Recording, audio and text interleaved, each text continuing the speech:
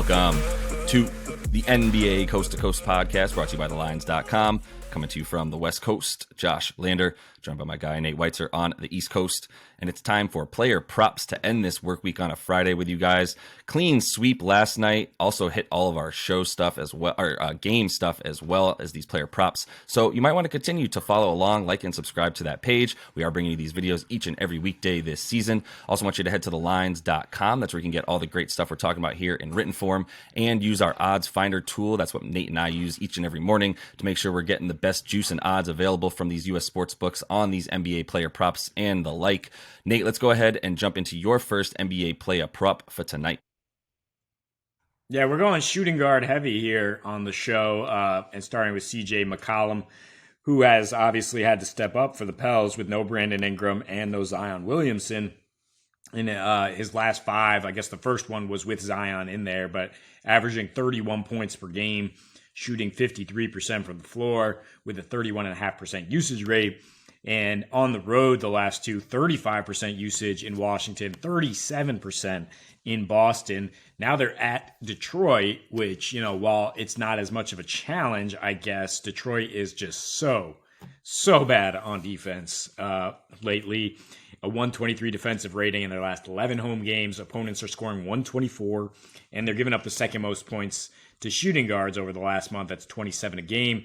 CJ's prop is at 26.5, which is high, but I mean, he's not just the shooting guard for this team. He is the number one option by a long shot. And he should be able, I mean, he especially thrives against like young, inexperienced players, right? With his deep bag of moves. So going up against Jaden Ivey, Killian Hayes and the like, he should be able to get buckets with ease. And it's -5, -6 for the Pels right now. It's not necessarily expected to be a blowout. So I think he gets his full slate of run. If you want to get some better odds, I mean, the points is like -115. You can go up one more point in a win at FanDuel, 28 plus, and that's +165. So I do think the Pelicans are going to win this game, and CJ being a main reason why. And a man on fire as well, and someone who, you know, we sort of, I don't want to say we faded, but we were a little bit hesitant to see how he was going to sort of fit in this season. He started out really slow with the shooting, even when, you know, BI and Zion have been out. But that has not been the case. We've sort of been also waiting for the turnaround, and I think you're right that it's time to bet on CJ. I love the 28 in a win. I love him to get the 27 for sure, which you can still get pretty good odds on, like you're saying. But him to get 30, if you can find that, it might be worth a little bit, a few, maybe a half unit on that as you put most of it on the points. Detroit so bad on defense at home, but welcome back Bojan the other night so that he could come in and help them beat the Timberwolves with like 130 points or whatever they scored. So they, you know, really love the way that they play offense at home when Bogdanovic is in, and that's why I do think that they're going to hang a bit more. This is a pretty fair line, and even if the Pels are able to cover this, like they're going to be coming along for the ride as Detroit on offense. So feel pretty good about that. A game that we don't know if the Spurs are going to come on with the dubs for the ride on offense, but probably, to be honest, the way that things have shaped out for the Warriors on the road with that awful defense. 8.5 point spread, but Klay is at 22.5 points. I really just like a lot of guys in this one because of the points factor, but -104 on FanDuel, really good odds that Nate found there, using that odds finder tool to get 23 points for him with really good odds. The 4 threes, he has to get over 3.5 there to hit -120 on that. I mean, he's been doing it. I think we believe in him no matter what, even with Steph back. I think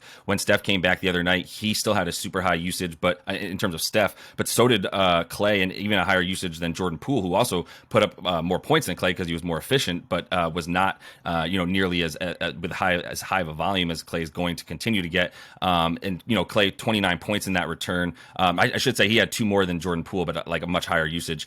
10 for 24 from the field, but like we said, with that 32%, putting up the ball plenty. In his last 6, obviously only one of those with Steph, but we just told you why it's not of concern that Steph Steph is back. 33 a game in his last 6 on 46, 41% from deep, and 91% from the field, getting there a few more times than he was earlier in the season. 31% usage in those. And like we said, the Spurs, 121 defensive rating in their last 12 at home. They allow about 120 a game there.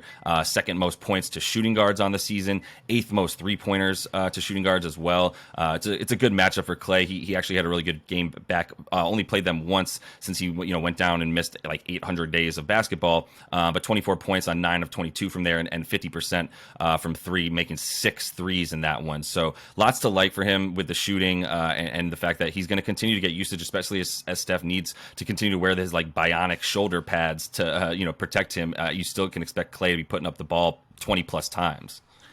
Yeah, I mean, Steph being back isn't a negative. In fact, it's a positive for Klay. It's he opens the floor up. Klay has made his living on offense, getting open shots because of what Steph Curry can do, because of what Jordan Poole has learned how to do in the absence of Steph. And it seems like Klay has finally gotten his swagger back, finally gotten back to full speed during Steph's absence here. So I think we continue to ride him. I feel real confident about this one at just 22 points.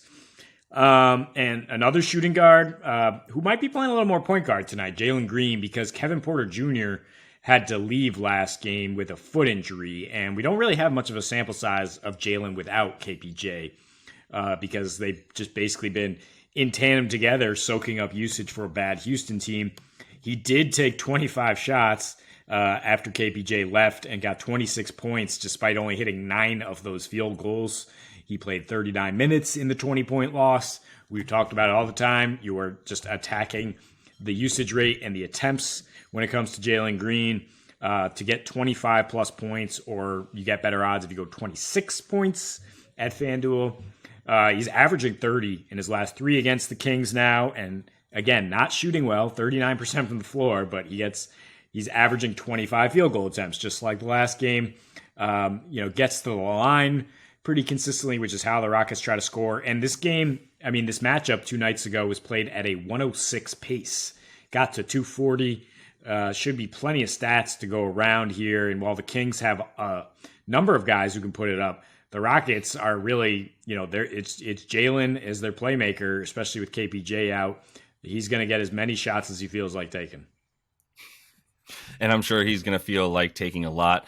And honestly, even though there's not much of a sample size without him, if you look at, when they're on the court together, it does seem like Kevin Porter Jr. has been getting a bit more of the ball, a lot more dominant than Jalen in terms of being on ball. And when either of these guys have the ball, you can put them at point guard, you can put them at shooting guard. They're shoot first, right? And so if Kevin Porter Jr. is not in there to eat up any of Jalen Green's usage, then yeah, I think you feel really good that he's going to be able to get over 25 points against a Kings team that, to be honest, they just spanked them. I do think there's the opportunity for them to spank them again and probably start resting guys a little bit sooner and just being like, get this rookie, this G League team out of here and let's start playing some real competition, especially when the Kings are at home where they're one of the best teams in the league. Using that game theory, I also love the rook on their side, Keegan Murray. I've just been waiting to be able to take him. I think we tried him at the beginning of the season when he was actually playing well and the team was not playing well. Then he started receding in terms of his production. The team started playing better, and then they've started to mix him in over the course of the last 15, 20 games. He's been really good, averaging 13 in those in that time frame and making more 3 threes on 6 attempts as well. Really, it's just like I said, they just played this team. And he scored he just had 16 in that game with 4 made threes, 4 for 11 from deep.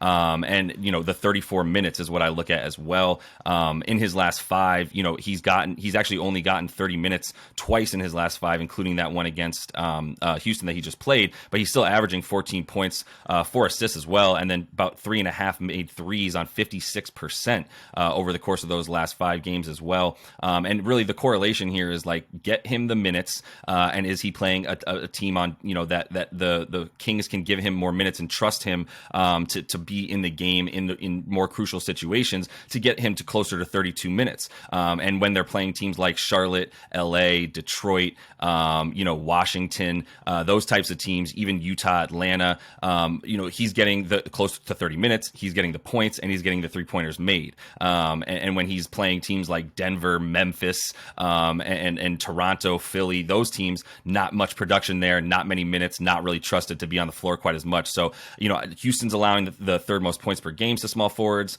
the second most 3-pointers made to small forwards. And I think there's an opportunity to get him a lot of minutes and easily get over that 13.5, and then the 2.5 threes as well. Really like him to make 3 tonight.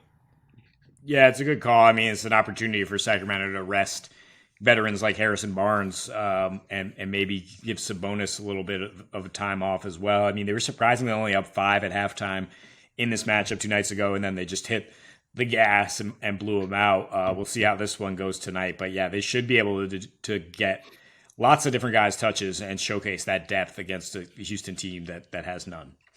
Yeah, and when Kevin Porter Jr. went out in that game is also pretty directly correlated to when that Houston offense just fell in the tank, and that was why Sac was able to pull away and actually cover the 9.5. So that is all the time we have for you. Looking to go 8-0 the last 2 days of this week to wrap things up for you guys with player props. Continue to follow along with us. We are coming back to you on Monday, and until we see you next, happy betting.